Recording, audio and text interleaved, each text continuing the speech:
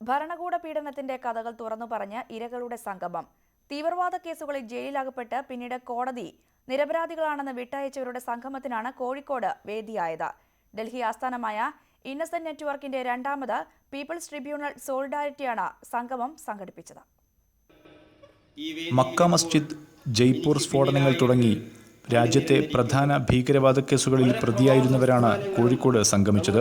ദീർഘകാലം ജയിലുകളിൽ കഴിഞ്ഞ ശേഷം കോടതി നിരപരാധികളാണെന്ന് കണ്ട് വിട്ടയക്കപ്പെട്ടവർ പോലീസ് കസ്റ്റഡിയിലും ജയിലിലും അനുഭവിക്കേണ്ടി വന്ന പീഡനങ്ങളും നഷ്ടപ്പെട്ട ജീവിതവും പങ്കുവച്ചു. താൻ നിരപരാധിയാണെന്ന് പോലീസും കോടതിയും ആദ്യം പറഞ്ഞിരുന്നുവെങ്കിലും പിന്നീട് വഞ്ചിക്കപ്പെടുകയായിരുന്നുവെന്ന് ഹൂബ്ലി കേസിൽ വിട്ടയക്കപ്പെട്ട മലയാളിയായ യഹിയ കമ്മുക്കുട്ടി പറഞ്ഞു.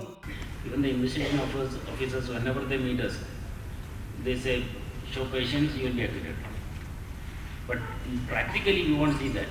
They bring witnesses, tutor them, then only they present in the court. So, on the front, they say that you will be acquitted, but they tutor the witnesses, each and every witness.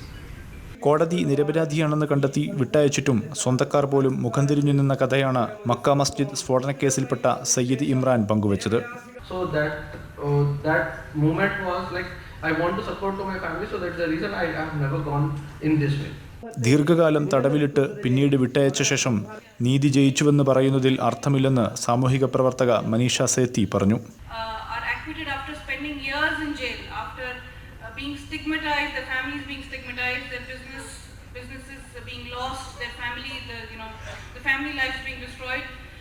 What sort of justice is this when people are acquitted? Are we to celebrate these justices?